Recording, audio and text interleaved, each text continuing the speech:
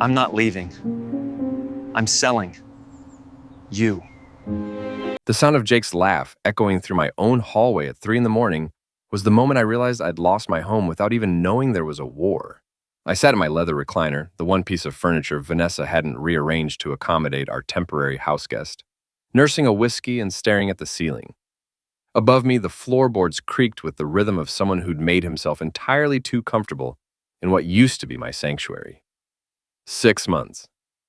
Jake Morrison had been living in our guest room for 6 months, and every day felt like watching someone else wear your clothes while you stood exposed in the cold. "Nick, you're up late." Vanessa appeared at the top of the stairs, her silk robe catching the light from the hallway. Even at 41, she was stunning, the kind of woman who turned heads at the grocery store and made other men wonder what she was doing with a bookstore manager like me. "Hard to sleep with all the noise," I said, not looking up. She descended the stairs with that careful grace she'd perfected during her insurance adjuster training. Every movement calculated, every word measured for maximum impact and minimum liability. "Jake's just settling in, you know how it is." "Actually, I don't. When I move into someone's house, I try not to rearrange their entire life." Vanessa perched on the arm of the couch, maintaining that professional distance she'd been perfecting for months. "He's going through a difficult time, Nick. His divorce was brutal, and he lost almost everything. We're just helping a friend." "A friend?" I finally looked at her. "Vanessa, the man has been here longer than some leases. He's got his gym equipment in our basement, his protein powder in our kitchen, and his attitude all over our marriage. Don't be dramatic." "Dramatic?" "I came home yesterday to find him wearing my Harvard sweatshirt, eating food I bought, while explaining to your book club why I don't understand modern relationships in my own living room." The memory still burned. Jake sprawled across my couch like he owned it, holding court with Vanessa's friends while I stood in my own doorway like a stranger. Megan had actually looked surprised to see me, as if she'd forgotten I lived there. He was just making conversation. He told them I was old-fashioned for expecting privacy in my own home. Then he suggested we install a hot tub in the backyard. Our backyard, Vanessa. The one I've spent 3 years landscaping. Vanessa's jaw tightened, the first real emotion I'd seen from her in weeks. "You're being selfish, Nick. Jake needs our support right now. He's rebuilding his entire life." "What about my life? What about our marriage?" "Our marriage is fine." "Is it?" "Because from where I'm sitting, it feels like we're running a boarding house, and I'm the only one paying rent." She stood abruptly, her robe billowing around her like armor. "If you're so unhappy with our living situation, maybe you should consider your options." The words hung in the air between us like a challenge. I'd heard that tone before, in her office voice when she was denying insurance claims. Cool, professional, final. "What exactly are you saying, Vanessa?" "I'm saying that even if you can't handle having a friend stay with us during a crisis, maybe you need to examine what kind of person that makes you. And if I decide I can't handle it." She met my eyes for the first time in the conversation, and what I saw there chilled me more than her words. "Then maybe you should find somewhere else to be unhappy." The silence stretched between us like a fault line. Upstairs, Jake's television murmured through the walls, some late-night sports commentary that somehow felt like mockery. "You want me to leave? I want you to grow up and stop making everything about you." I set down my whiskey glass with deliberate care. 22 years of marriage, and it had come to this. My wife choosing her friend over her husband in the home I'd worked 60-hour weeks to afford. "You know what, Vanessa? You're absolutely right." Something flickered across her face.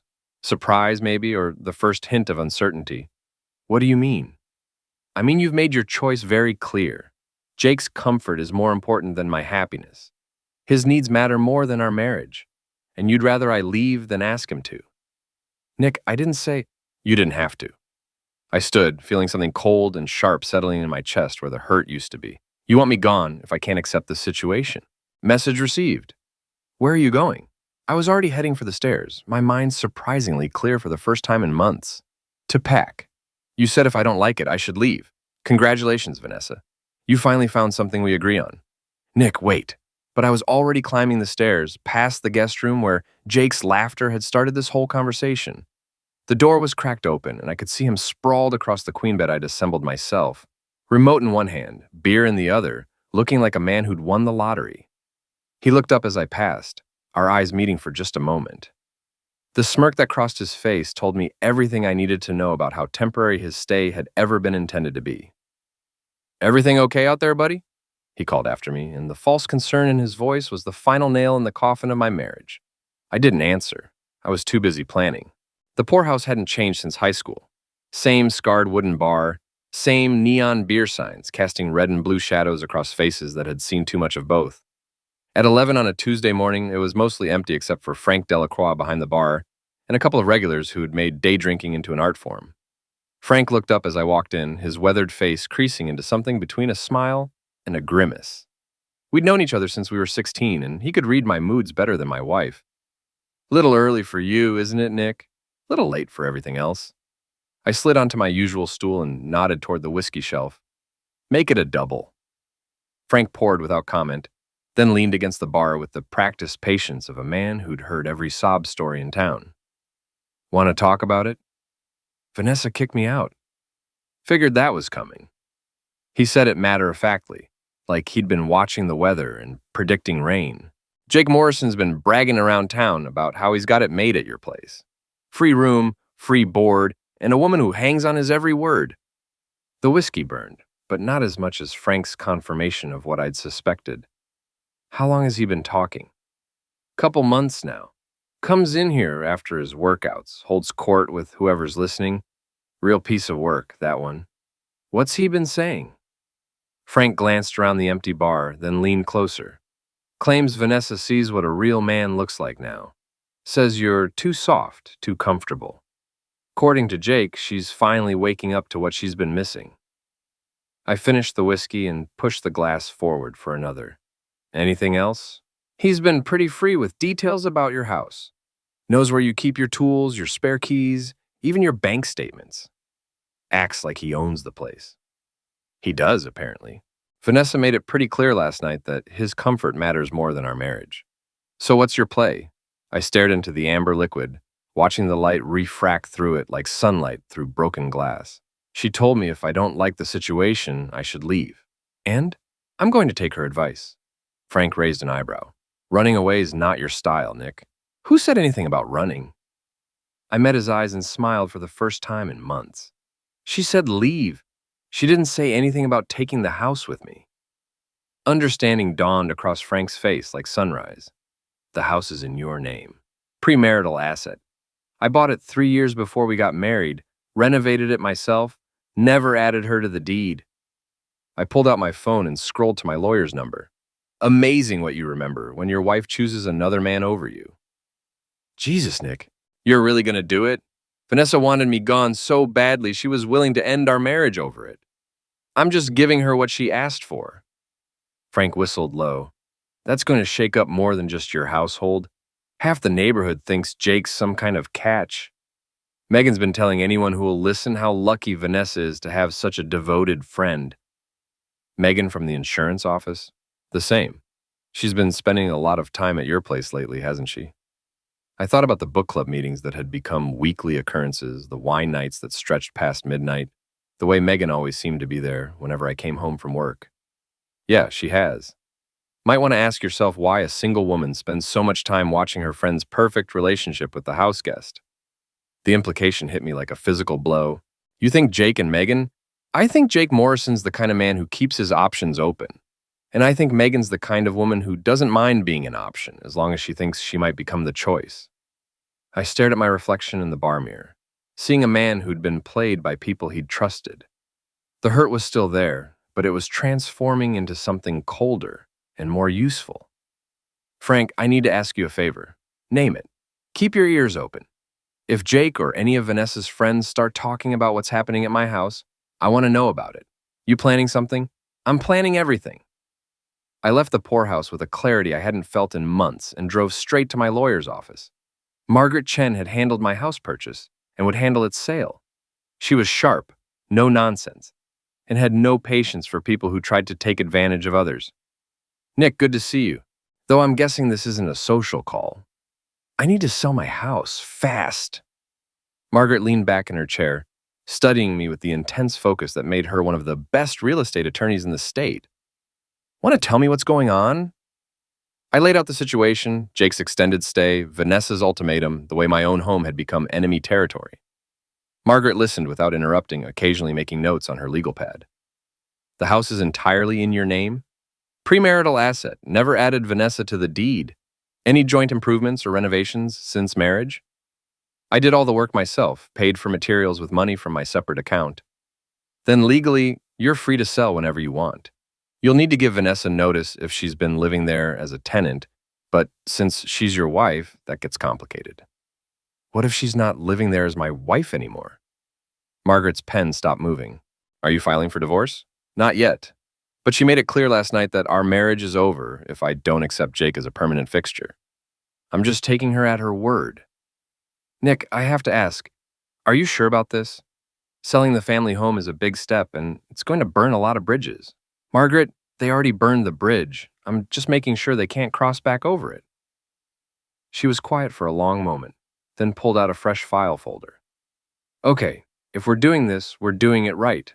I'll need a property appraisal, title search, and we'll want to list it as soon as possible. Market's hot right now. We should be able to move it quickly. How quickly? If we price it right, 30 days, maybe less.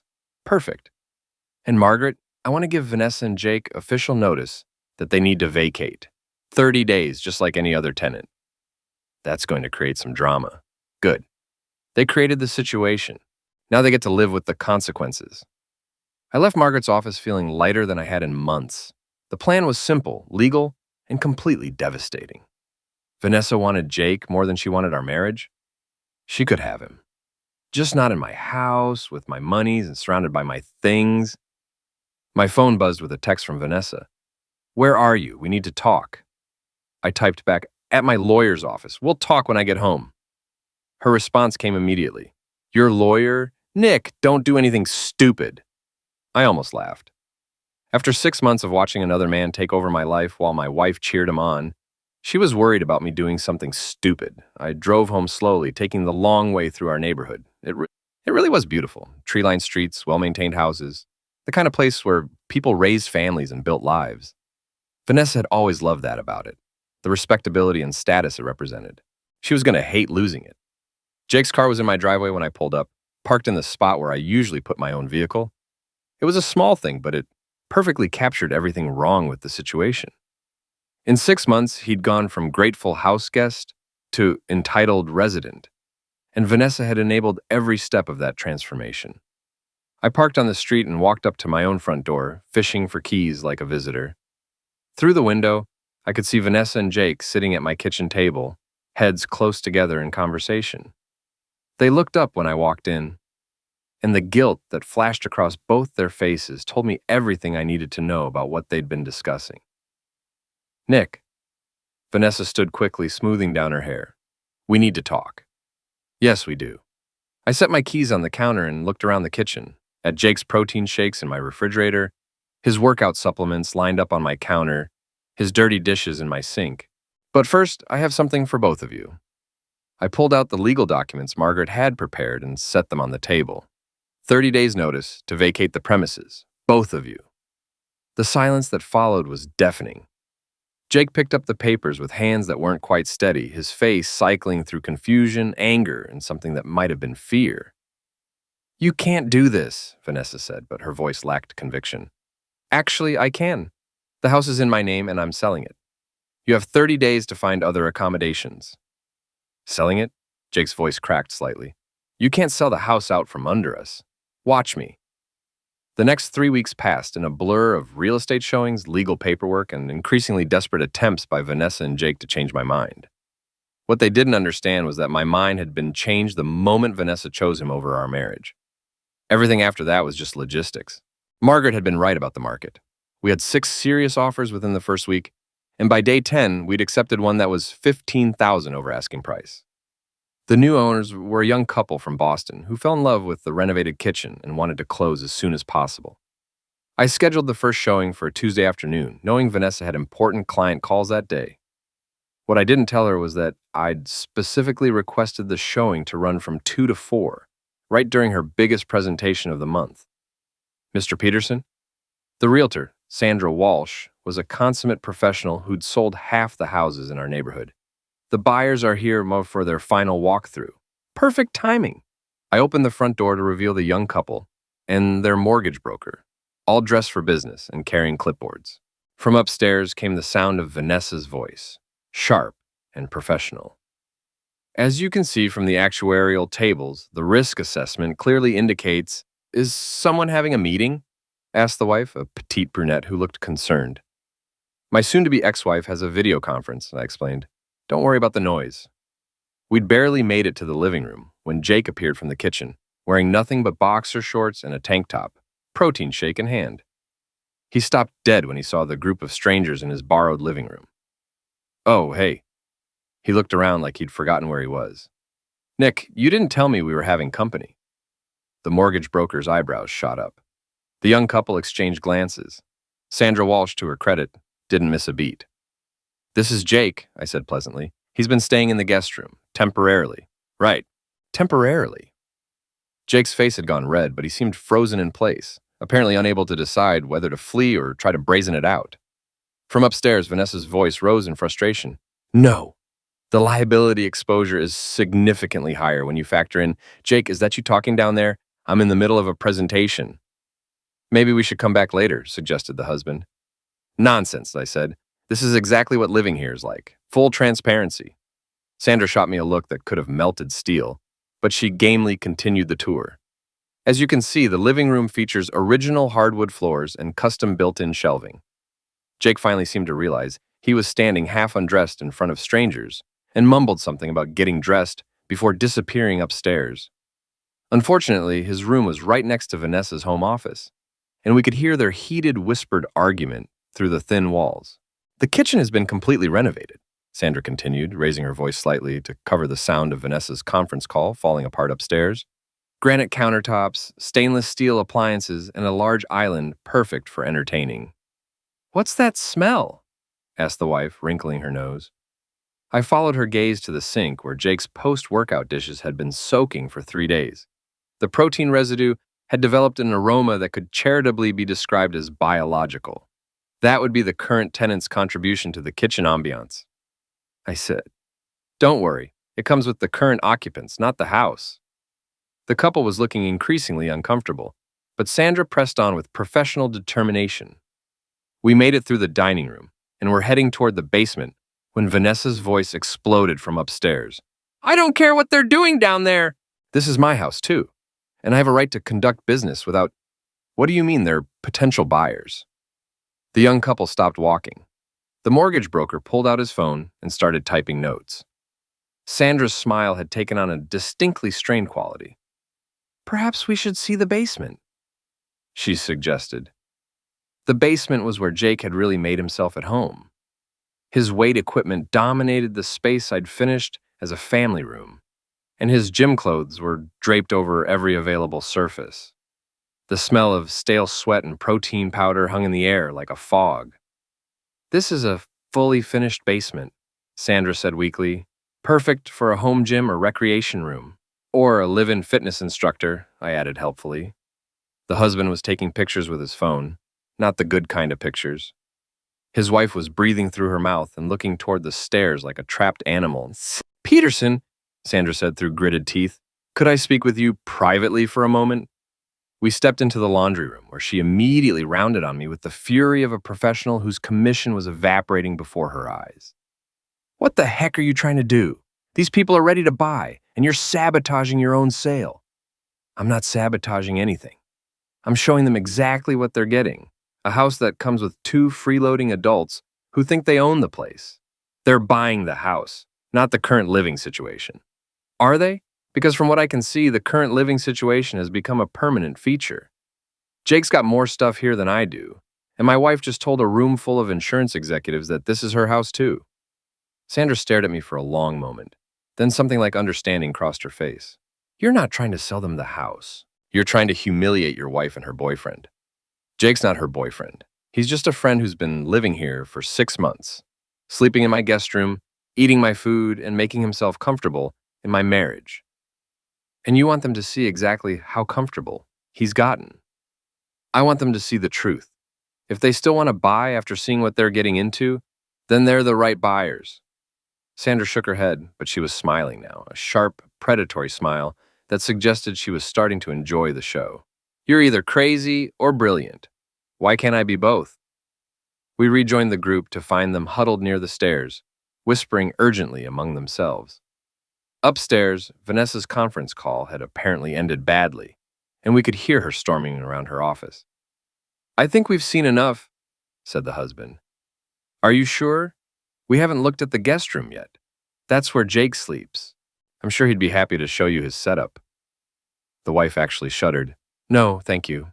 We'll be in touch. They fled toward the stairs like the house was on fire. Sandra followed them, shooting me a look that promised a very interesting conversation later. I was left alone in the basement, surrounded by Jake's equipment and the lingering smell of his presence. Upstairs, I could hear Vanessa's heels clicking across the hardwood floors with the sharp rhythm of barely controlled rage. She appeared at the top of the basement stairs like an avenging angel, her professional composure completely shattered. What did you just do? Showed some potential buyers around their future home. How did your presentation go? You know exactly how it went. You scheduled that showing deliberately, didn't you? I climbed the stairs slowly, enjoying the way she had to back up to give me room. I scheduled it for a time that worked for the buyers. If that conflicted with your work, maybe you should consider finding somewhere else to take your calls. This is my home office. For 8 more days. The number hit her like a physical blow. In 8 days, the sale would close and she'd have to be out. Jake, too. The reality of it was finally sinking in.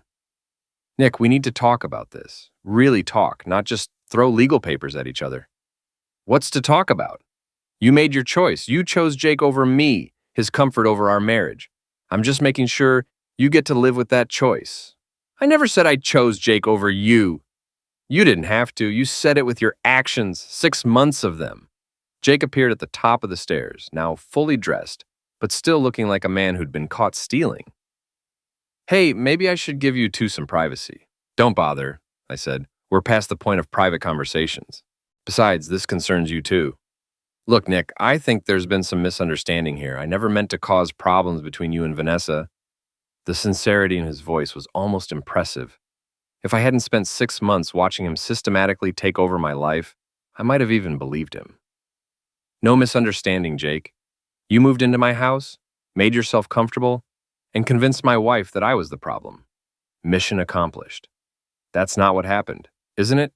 Then, explain to me how a 2-week stay turned into 6 months. Explain how you ended up with more say in my household decisions than I do. Explain how my own wife sided with you when I asked for my life back. Jake looked to Vanessa for support, but she was staring at the floor, her face pale and drawn. I was going through a divorce, he said finally. I lost everything. Vanessa was just being a good friend. And what were you being, Jake? The question hung in the air between us. Jake's mouth opened and closed like a fish gasping for air, but no words came out. That's what I thought, I said. You were being a man who saw an opportunity and took it. A free place to live, a woman to take care of you, and a husband too polite to throw you out. Must have felt like winning the lottery. You don't understand. I understand perfectly. I also understand that the lottery's over. You have 8 days to find somewhere else to play house. I left them standing in the hallway and walked out to my car. I had a meeting with Frank at the poorhouse, and he'd promised to share some interesting information about what Jake had been saying around town. As I drove away, I could see them through the living room window, Vanessa and Jake, heads together again. No doubt planning their next move. Let them plan. In 8 days, they'd be planning from somewhere else. Frank was waiting for me at the poorhouse, with a beer and the kind of expression that meant he had news. Good news for me, bad news for someone else. You look like the cat that ate the canary, I said, sliding onto my usual stool. Better, I look like the cat that watched the canary eat itself. He slid a beer across the bar and leaned in conspiratorially. Jake was in here last night, drunk, angry, and running his mouth to anyone who'd listen. What was he saying? That you're trying to steal his girlfriend's house out from under them. I nearly choked on my beer. His girlfriend? That's what he called her. Said you were just the jealous husband who couldn't handle that Vanessa had found someone better. The audacity was breathtaking, but it explained a lot about Jake's behavior over the past 6 months. In his mind, he wasn't a house guest who'd overstayed his welcome. He was Vanessa's boyfriend, graciously allowing her husband to stick around. Did anyone believe him? Most people just nodded and changed the subject, but Megan was here, and she was hanging on every word. Megan was here with Jake? Frank's grin widened. Oh, it gets better. She was here with Jake, but she left with Tommy Brennan from the auto shop. Seems like Jake's not the only one keeping his options open. The pieces were starting to fall into place. Megan had been spending time at my house, ostensibly supporting Vanessa through her difficult marriage, but really positioning herself as Jake's backup plan. Meanwhile, Jake had been playing both women, probably promising each of them a different version of the future. Frank, I need another favor. Name it. I want to know when Jake comes in here again, and I want to know who he talks to. Planning something? I'm planning to give him enough rope to hang himself. I left the poorhouse with a new appreciation for just how complicated the situation had become. It wasn't just about my marriage anymore. Jake had been weaving a web of lies and promises that involved half the people in town. When it collapsed, the fallout was going to be spectacular. My phone buzzed with a text from Margaret. Buyers want to do final walkthrough tomorrow at 6 p.m. Can you make sure house is presentable? I typed back, define presentable, clean, empty of personal drama, and no half-undressed house guests. I'll do my best. But even as I sent the reply, I was formulating a different plan. Tomorrow's walkthrough was going to be very interesting indeed. I drove home to find Jake's car missing from the driveway and Vanessa's car parked in the garage. For the first time in months, I might actually have my house to myself. Vanessa was in the kitchen when I walked in, sitting at the table with a cup of coffee and a stack of real estate listings. She looked up when I entered, and I was surprised to see that she'd been crying. Where's Jake? At the gym. He's been spending a lot of time there lately. Trouble in paradise? She flinched like I'd slapped her. Nick, can we please just talk? Like adults? Sure, what do you want to talk about? This. She gestured at the real estate listings. What you're doing to us. What I'm doing to you, Vanessa. You told me to leave if I didn't like the situation. I'm leaving. I'm just taking my house with me. You know I didn't mean it like that. How did you mean it? She was quiet for a long moment, staring into her coffee like it might hold answers. I meant that you needed to be more understanding, more flexible, more willing to let another man take over my life, you mean? Jake isn't taking over anything. He's just what, Vanessa? Just sleeping in my house, eating my food, giving advice about my marriage, and telling people around town that you're his girlfriend? Her head snapped up. What? You didn't know? Jake's been telling people at the poorhouse that I'm the jealous husband who can't handle that you've found someone better. He calls you his girlfriend. The color drained from her face. That's not true. Ask Frank. Better yet, ask Megan. She was there when he said it. Megan's been playing both sides, Vanessa. She's been supporting you while positioning herself as Jake's backup plan. Last night, she left the bar with Tommy Brennan while Jake sat there drunk and talking about his girlfriend. Vanessa set down her coffee cup with shaking hands. You're lying. Why would I lie? In 3 days, this will all be over. You'll be out of my house, Jake will be out of my life, and I'll be free to start over somewhere else. I don't need to lie to make that happen.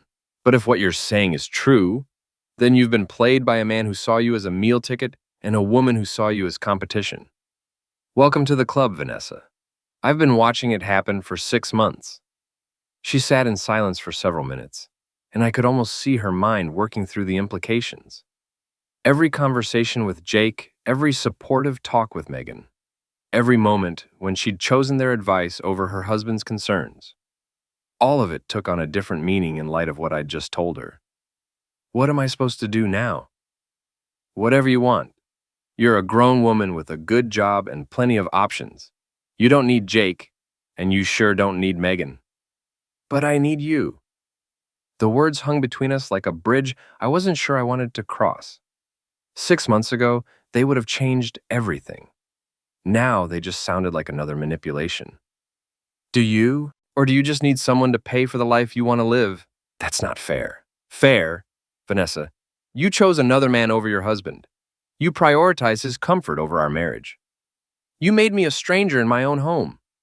And now that it's all falling apart, you want to talk about fair? I made a mistake.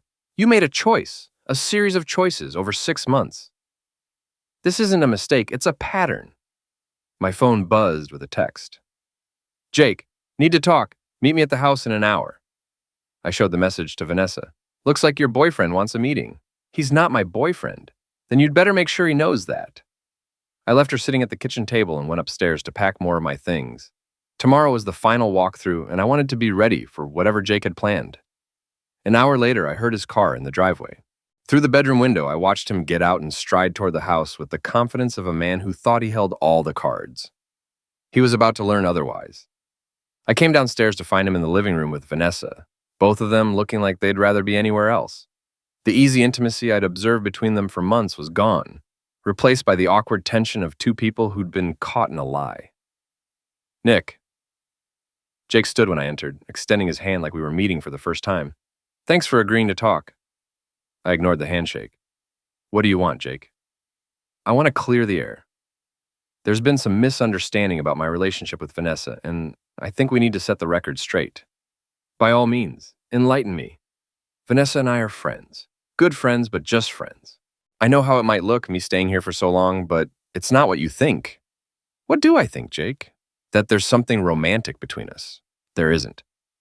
I looked at Vanessa, who was studying the floor like it contained the secrets of the universe. Is that true, Vanessa? You and Jake are just friends? Yes. Good friends? Yes. The kind of good friends who make decisions about each other's marriages? She looked up sharply. What do you mean? I mean, Jake's been giving you advice about our relationship for 6 months. Advice you've taken over your husband's feelings. That's a very good friend indeed. Jake shifted uncomfortably. I was just trying to help. Help with what? Vanessa was unhappy. She felt like you didn't appreciate her, didn't understand what she needed. And you did understand? I listened to her. I supported her. You undermined her marriage. I helped her see that she deserved better. The words hung in the air like an admission of guilt. Vanessa stared at Jake with something approaching horror, finally understanding what had been happening. Better than what, Jake? She asked quietly. Better than being taken for granted. Better than being married to someone who doesn't see how amazing you are. Someone like Nick? Someone like Nick. I almost felt sorry for him. He'd just confessed to deliberately sabotaging my marriage while claiming to be just a friend. Even Jake wasn't smooth enough to talk his way out of that one. So let me make sure I understand, I said. You moved into my house, spent 6 months convincing my wife that I wasn't good enough for her, and now you want to clear the air about your innocent friendship? It's not like that. Then what is it like, Jake? Because from where I'm sitting, it looks like you saw an opportunity to break up a marriage and take over another man's life. That's not what I wanted. What did you want? He looked at Vanessa, then back at me, and for the first time since I'd known him, Jake Morrison looked genuinely uncertain. I wanted a place to belong. The honesty in his voice was almost enough to make me feel sorry for him. Almost. Well, you found one. For 6 months, you belonged here more than I did. Congratulations, Jake. You got exactly what you wanted. But now you're taking it away. Now I'm taking back what was always mine. What about Vanessa? What about what she wants? I looked at my wife, who was still staring at Jake like she'd never seen him before. Vanessa's a grown woman. She can make her own choices. She's been doing it for 6 months. Vanessa? Jake turned to her with something like desperation in his voice. Tell him. Tell him you want me to stay. The silence stretched between them like a chasm. Vanessa looked from Jake to me and back again, her face cycling through emotions I couldn't read. I think, she said finally, then, that maybe it's time for you to find your own place, Jake. The words hit him like a physical blow. His face went white, then red, then white again. You're choosing him? After everything we've talked about? I'm choosing to stop letting other people make my decisions for me. Jake looked around the room like he was seeing it for the first time. The house he'd made his own, the life he'd tried to steal, the woman he'd thought he'd won. All of it slipping away in the space of a single conversation. This isn't over, he said, but the words lacked conviction. Yes, it is, I replied. You have 2 days to get your things and get out. After that, you'll be trespassing. He left without another word, slamming the door behind him hard enough to rattle the windows. Vanessa and I stood in the sudden silence, two people who'd been married for 22 years and had somehow become strangers. What happens now? She asked. Now you decide what you really want, Vanessa. Not what Jake wants, not what Megan wants, not what anyone else wants, what you want. And if what I want is to save our marriage, then you'd better figure out how to do it in 2 days. because that's when the new owners take possession, and this part of our life ends forever. The morning of the closing dawned gray and cold, with the kind of bitter wind that cuts through clothing and settles in your bones. Perfect weather for endings. I'd spent the night at the Poorhouse's upstairs apartment. Frank had offered it when he realized I was serious about selling. From the window, I could see my house 3 blocks away, looking smaller somehow in the pale morning light. My phone had been buzzing all night with texts from Vanessa, ranging from pleading to angry to desperate. Jake had apparently packed his things in a fury the night before, loading his car with the efficiency of a man who'd had plenty of practice at quick exits. But he hadn't left town. Frank had seen him at the motel on Route 9, drinking in the parking lot and making phone calls. He's planning something, Frank had warned. That's not the behavior of a man who's accepting defeat. I was counting on it. The closing was scheduled for 10 a.m. at Margaret's office. The final walkthrough was set for 9, giving the buyers one last chance to make sure they were getting what they'd paid for. What they were actually going to get was a front-row seat to the final act of a 6-month drama. I arrived at the house at 8:30 to find Vanessa's car in the driveway and Jake's car parked across the street. Through the window, I could see them in what looked like an intense conversation in the living room. Perfect. I let myself in through the front door, and their conversation stopped abruptly. Vanessa looked like she hadn't slept, her usually perfect appearance disheveled and strained. Jake looked angry and desperate, like a man who'd run out of options.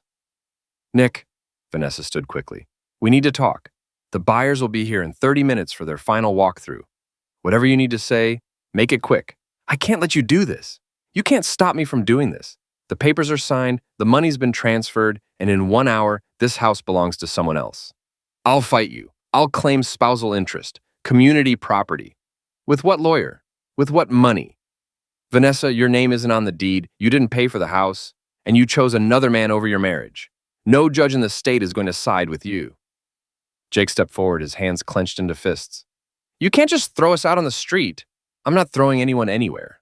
I'm selling my house to people who actually want to live in it, not use it as a base of operations for destroying someone else's life." "I never destroyed anything." "Really? Then explain to me how my marriage survived 22 years until you moved into the guest room. Your marriage was already broken. Was it? Or did you just see an opportunity and decide to break it yourself?" The accusation hung in the air between us. Jake's face cycled through anger, denial, and something that might have been shame. "That's not what happened, isn't it? You moved in here, spent 6 months undermining my relationship with my wife, convinced her that I was the problem, and made yourself so comfortable that you started calling her your girlfriend. If that's not destroying a marriage, what would you call it? I call it helping a friend see what she deserves." "And what does she deserve, Jake?" "Better than you." The words came out with such venom that even Vanessa stepped back. Jake realized what he'd said and tried to backtrack, but it was too late. The mask had finally slipped completely. "There it is," I said quietly. 6 months of pretending to be the concerned friend, and it all comes down to that. You think Vanessa deserves better than me. She does. Maybe, but that's not your decision to make. A car door slammed outside, and I looked through the window to see Sandra Walsh getting out of her sedan, followed by the young couple and their mortgage broker. The final walkthrough was about to begin. "They're here," I announced.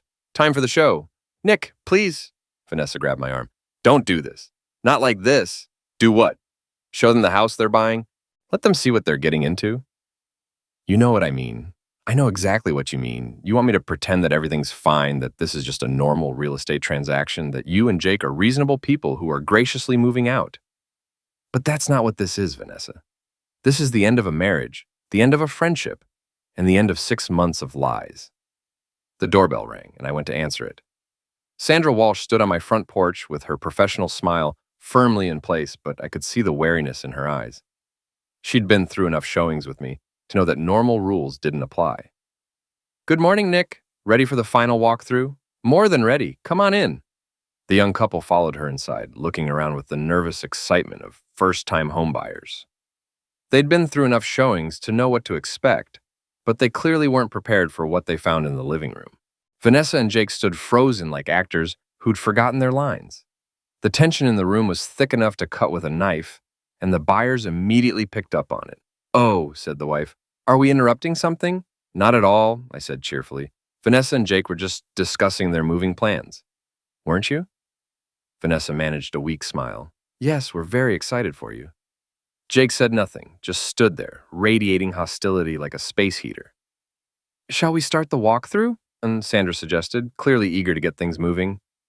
We made it through the living room and dining room without incident, but the kitchen was where things started to get interesting. Jake had apparently decided to make one last stand, and he'd chosen the most public possible venue to do it. You know, he said loudly, it's really too bad Nick is forcing this sale. Vanessa loves this house. The buyer stopped examining the granite countertops and turned to look at him. Sandra's smile became even more strained. I'm sure the transition is difficult for everyone, she said diplomatically. Especially when it's completely unnecessary, Jake continued.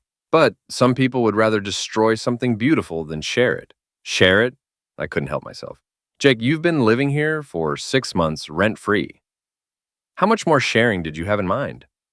I've been helping Vanessa through a difficult time by convincing her to choose you over her husband. The buyers were now staring openly, their excitement replaced by the uncomfortable fascination of people watching a car accident in slow motion. That's not what happened, Jake said, but his voice lacked conviction. Isn't it? Then explain to these nice people why my wife's best friend has been sleeping in my guest room for half a year while giving her advice about our marriage. Jake, Vanessa said quietly, please don't. Don't what? Don't tell the truth? Don't let them see what kind of man they're buying a house from? The kind of man who pays for his own house and expects to live in it without interference from freeloading house guests, I suggested. The kind of man who throws his wife out on the street rather than accept that she's found someone better. The words exploded out of him with such force that everyone in the kitchen took a step back. The buyers looked like they wanted to run. Sandra looked like she wanted to commit homicide. And Vanessa looked like she wanted to disappear into the floor. Someone better? I asked quietly. Is that what you are, Jake? Better? I'm someone who appreciates what he has. What you have? Jake, you don't have anything. You don't have a house. You've been squatting in mine. You don't have a relationship with Vanessa. You've been manipulating her. You don't even have the moral high ground. You've been undermining a marriage for your own benefit. That's not true. Then prove it. Tell these people about your relationship with Megan. Tell them about the promises you've been making to different women. Tell them about calling Vanessa your girlfriend while she was still married to me. Jake's face went white, then red, then white again. He looked around the kitchen like a trapped animal, seeing the judgment in every face. I don't have to listen to this. No, you don't. You can leave any time. In fact, I encourage it. Fine. He turned to Vanessa with something like desperation in his eyes. Are you coming with me? The question hung in the air like a challenge.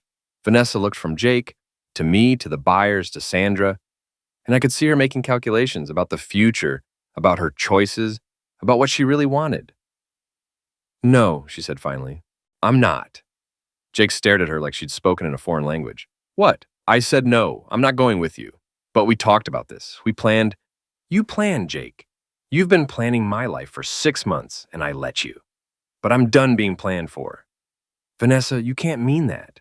I mean it. I want you to leave, now.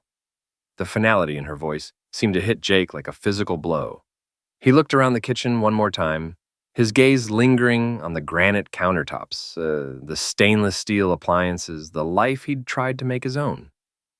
This isn't over, he said, but the words sounded hollow. Yes, it is, I replied. It's been over since the moment you decided my marriage was your opportunity.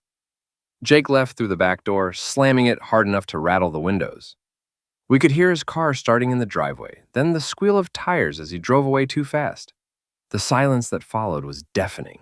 The buyer stood in my kitchen looking shell-shocked.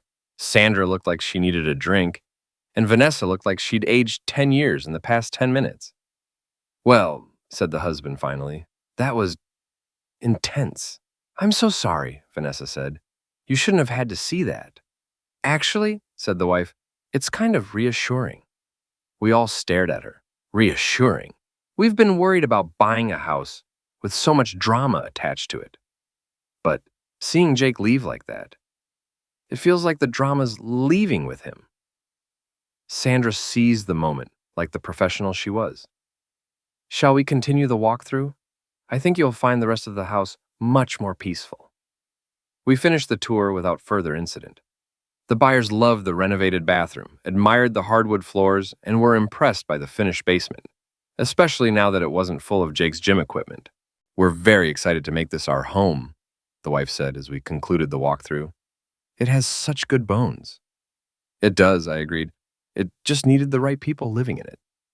After they left, Vanessa and I stood in the empty living room, surrounded by the echoes of 22 years of marriage and 6 months of betrayal. "What happens now?" she asked. "Now I go to the closing, sign the papers, and walk away with a check.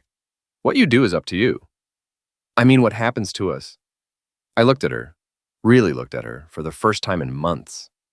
She was still beautiful, still the woman I'd fallen in love with all those years ago. But she was also the woman who'd chosen another man over our marriage, who'd prioritized a manipulative house guest over her husband's happiness. "I don't know, Vanessa. I honestly don't know if there's an us anymore." "There could be. We could start over." "Could we?" "Because every time I look at you, I'm going to remember the past 6 months. Every time we have a disagreement, I'm going to wonder if you'll choose someone else's opinion over mine.